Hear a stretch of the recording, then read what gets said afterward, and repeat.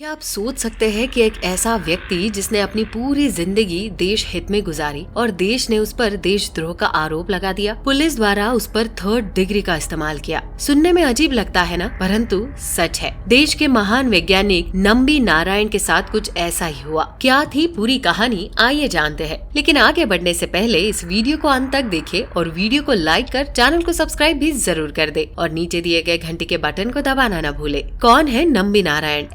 नंबी नारायण प्रसिद्ध भारतीय aerospace engineer है जिन्होंने इसरो के लिए काम किया है। वो वर्ष 1966 में इसरो में शामिल हुए थे। साल 1970 के दशक की शुरुआत में उन्होंने तरल ईंधन रॉकेट तकनीक का आविष्कार किया। वो जानते थे कि आगामी इसरो के नागरिक अंतरिक्ष कार्यक्रमों के लिए भारत को तरल ईंधन वाले इंजनों की आवश्यकता होगी। उन्होंने भारत के प्रमुख वैज्ञानिकों जैसे Satish Dhawan, Vikram Sarabhai, doctor APJ Abdul Kalam, UR Rao आदि के साथ काम किया है और 35 वर्षों तक इसरो की सेवा की है। उन्हें कई प्रतिष्ठित पुरस्कारों से सम्मानित भी किया जा चुका है। उन्हें 2019 में भारत सरकार द्वारा तीसरा सर्वोच्च नागरिक पुरस्कार पद्म भूषण भी दिया गया था। हालांकि उनका करियर आसान नहीं था। 12 दिसंबर 1941 को जन्मे नंबी नारायण तमिलनाडु के रहने वाले हैं। उनका जन्म नागरकोइल में एक तमिल परिवार में हुआ था। नंबी नारायणन का जन्म एक हिंदू परिवार में हुआ। उन्होंने अपने पिता को खो दिया जब वो मदुरई में स्नातक की पढ़ाई कर रहे थे। पिता के चले जाने के बाद उसकी माँ बीमार महसूस कर रही थी। उनकी एक बहन भी थी। नंबी नारायण की शादी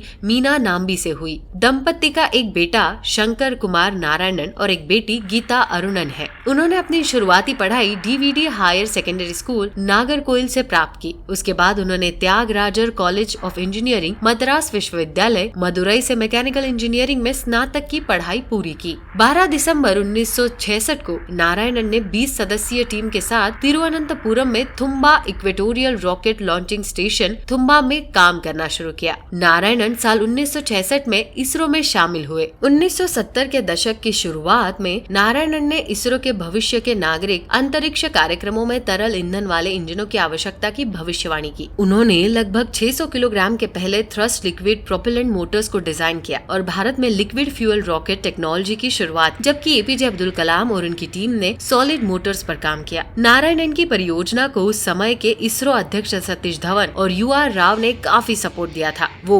क्रायोजेनिक्स डिवीजन के प्रभारी थे, जो कम तापमान पर सामग्री का उत्पादन होता है। उन्होंने विकास नाम का एक इंजन विकसित किया, जिसका उपयोग ध्रुवीय उपग्रह प्रक्षेपण यान यानी PSLV सहित कई रॉकेट में किया गया था। विकास इंजन ने चंद्रयान 1 और मंगलयान जैसे मिशनों में मदद की। विकास का इस्तेमाल जियोसिंक्रोनस सैटेलाइट लॉन्च व्हीकल के दूसरे और चौथे स्ट्रैप ऑन चरणों में भी किया गया था। नवंबर 1994 में नाम्बी पर जासूसी का झूठा आरोप लगाया गया था और जब वो इसरो में वरिष्ठ अधिकारी थे तो विकास इंजन की टीम में क्रायोजेनिक्स डिवीजन के प्रभारी थे, जिसे भारत द्वारा लॉन्च किए गए पहले PSLV के लिए इस्तेमाल किया जाएगा। उन पर मालदीव के 2 कथित खुफिया अधिकारियों मरियम रशीदा और फौजिया हसन को महत्वपूर्ण रक्षा रहस्य लीक करने का आरोप लगाया गया था। रक्षा अधिकारियों के बयान के अनुसार नाम्बी और D शशि कुमारन ने रॉकेट और उपग्रह प्रक्षेपण के प्रयोगों से अत्यधिक गोपनीय उड़ान परीक्षण डेटा से संबंधित रहस्य को लीक कर दिया। उन पर लाखों का गोपनीय डेटा लीक करने का आरोप लगाया गया था। नारायणन को जासूसी के आरोप में गिरफ्तार किया गया था और मामला इंटेलिजेंस ब्यूरो को ट्रांसफर कर दिया गया। उन्हें 50 दिनों तक हिरासत में रखा गया।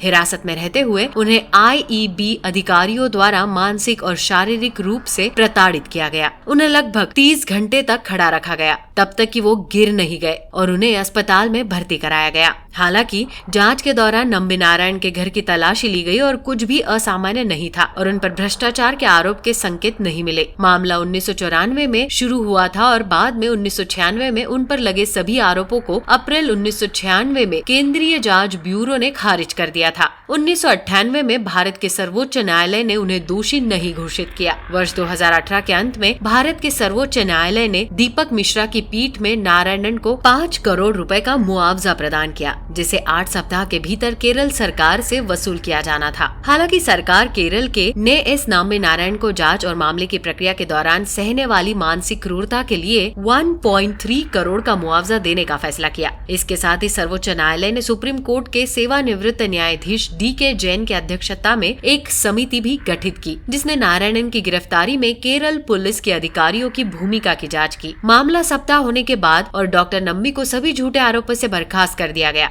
भारत सरकार ने उन्हें 2019 में तीसरे सर्वोच्च नागरिक पुरस्कार पद्म भूषण से सम्मानित किया। तो दर्शकों, कैसी लगी आपको नम्बी नारायणन की ये पूरी कहानी? हमें कमेंट करके जरूर बताइए। साथ यदि आपको ये वीडियो पसंद आई हो तो वीडियो को लाइक कर चैनल को सब्सक्राइब जरूर कर दे। वीडियो में अंत तक बने रहने के लिए आपका धन्यवाद।